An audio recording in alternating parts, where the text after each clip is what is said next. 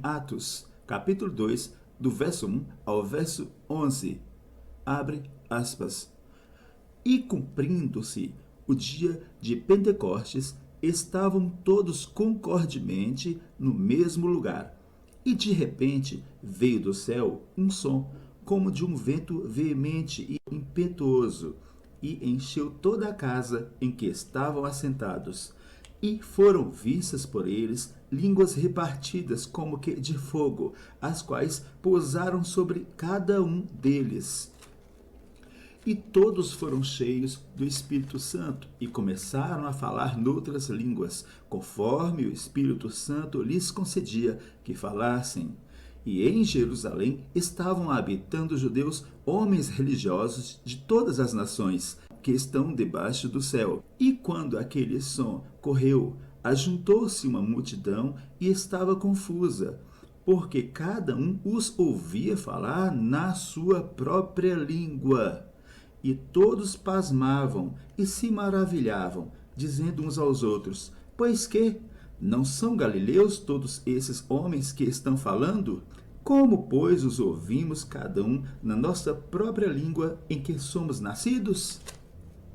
Pardos e medos, elamitas e os que habitam na Mesopotâmia, Judéia, Capadócia, Ponto e Ásia, e Frígia e Panfilha, Egito e partes da Líbia, junto a Cirene, e forasteiros, romanos, tanto judeus como prosélitos, cretenses e árabes, todos nós temos ouvido em nossas próprias línguas falar das grandezas de Deus. Fecha aspas. Essa passagem é tão simples que nem precisava de explicação. Mas vamos simplificar mais ainda. Havia em uma determinada região uma multidão de pessoas de diversas nacionalidades e de diversos idiomas. E o Espírito Santo concedeu aos discípulos o dom de falar em outros idiomas ou línguas estrangeiras, para que o Evangelho fosse pregado aos estrangeiros, povos de outras nacionalidades. Imagine que ao seu lado se encontre alguém de origem inglesa e você, sendo brasileiro, fale naturalmente o idioma português. Então, o Espírito Santo lhe concede o dom de falar no idioma inglês, para que você possa pregar o Evangelho ao inglês. Simples assim. Vamos ler de novo o último verso, Atos capítulo 2, verso 11. Cretenses e árabes, todos nós temos ouvido em nossos próprios idiomas, em nossas próprias línguas, falar das grandezas de Deus. Hoje, você vai em uma igreja e lá está o pastor, falando línguas estranhas e expulsando demônios. Só tem um problema.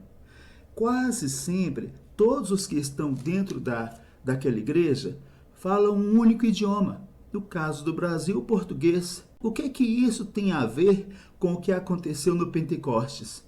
Nada. Absolutamente nada. Nada a ver. É uma distorção, uma falsa imitação, uma imitação barata do que aconteceu no Pentecostes. Tanto quanto os sábios do Antigo Egito imitaram os sinais feitos por Moisés. De acordo com a Escritura, existe sim um poder, uma força operando nestas igrejas, mas não é o poder de Deus. Apocalipse denuncia esta ação da seguinte forma, em Apocalipse capítulo 16, versos 13 e 14.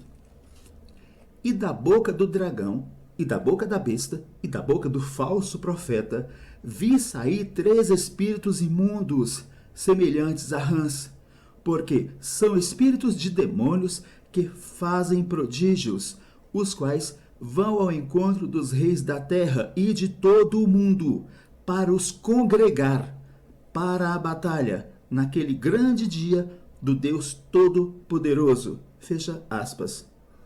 Vamos ler uma reprise deste mesmo acontecimento no livro de Mateus, capítulo 7, versos 22 e 23. Abre aspas. Muitos me dirão naquele dia: Senhor, Senhor, não profetizamos nós em teu nome? E em teu nome não expulsamos demônios? E em teu nome não fizemos muitas maravilhas? E então lhes direi abertamente: Nunca vos conheci. Apartai-vos de mim, vós que praticais a iniquidade. Fecha aspas. É toda uma obra de imitação, tendo por trás espíritos de demônios que imitam expulsões, milagres. E esse falso dom de línguas, que aliás é inútil, só serve para exaltação própria. Por que é permitido a demônios operar nessas igrejas? Isso acontece porque eles transgridem os mandamentos de Deus. Vamos ler de novo a mesma passagem e explicar o porquê da sentença que o Filho pronunciará a estes imitadores. Em Mateus 7, verso 23, abre aspas. E então lhes direi abertamente: Nunca vos conheci, apartai-vos de mim, vós que praticais a iniquidade. Fecha aspas. Você viu que esse grupo, que no dia do juízo fará a declaração: e em teu nome não expulsamos demônios, será condenado pela prática de iniquidade. Vejamos de que forma a Escritura, no Novo Testamento, traduz o significado da palavra iniquidade.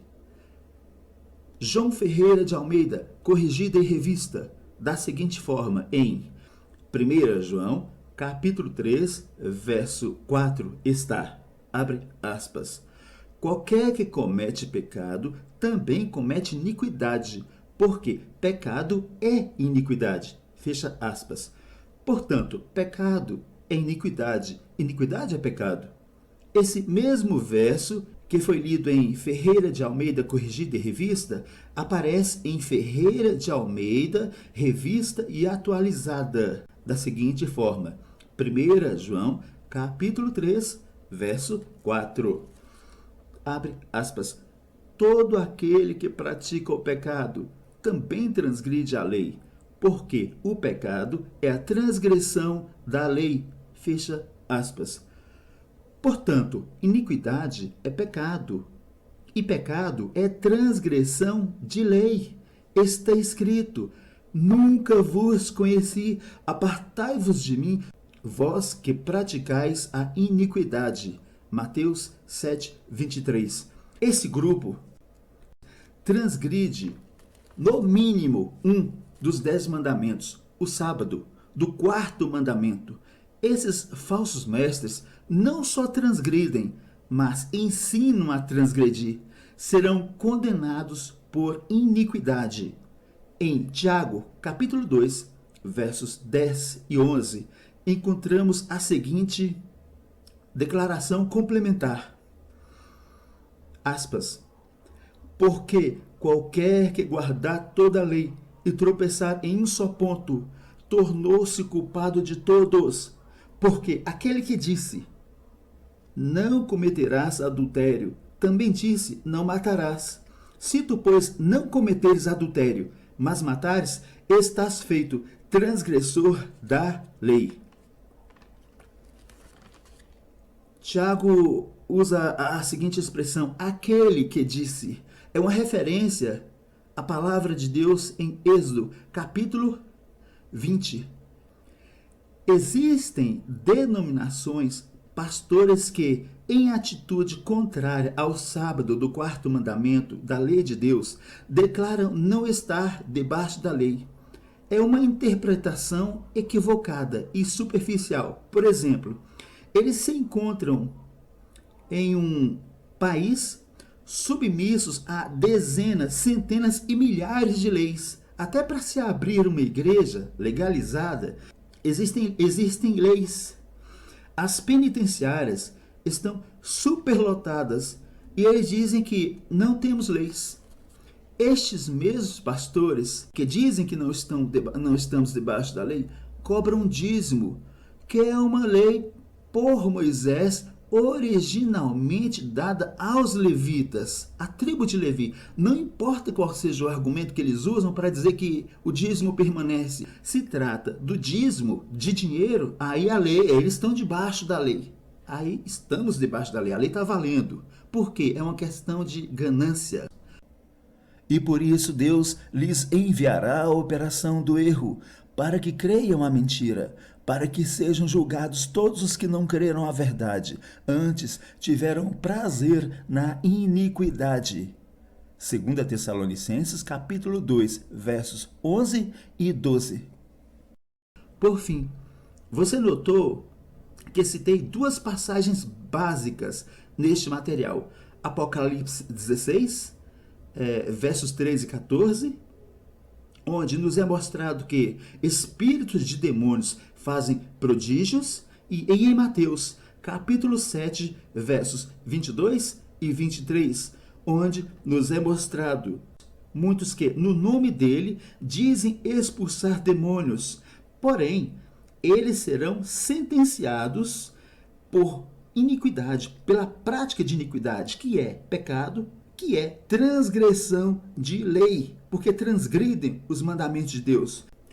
Preste atenção, talvez você discorde da interpretação dada aqui a estas duas passagens, Apocalipse e Mateus. Apocalipse capítulo 16, versos 13 e 14, e Mateus capítulo 7, versos 22 e 23. Então, anote essas duas passagens, vá até o seu pastor, apresente essas duas passagens a ele e poste nos comentários abaixo. Encerramos com uma passagem para o nosso tempo, em Apocalipse capítulo 18, versos 1, 2, 3 e 4. E depois destas coisas, vi descer do céu outro anjo, que tinha grande poder, e a terra foi iluminada com a sua glória. E clamou fortemente com grande voz, dizendo: Caiu, caiu, a grande Babilônia, e se tornou morada de demônios, e covil de todo espírito imundo e esconderijo de toda ave imunda e odiável. Porque todas as nações beberão do vinho da ira da sua prostituição, e os reis da terra se prostituíram com ela. E ouvi outra voz do céu que dizia: Sai dela, povo meu, para que não sejas participante dos seus pecados, e para que não incorras nas suas pragas.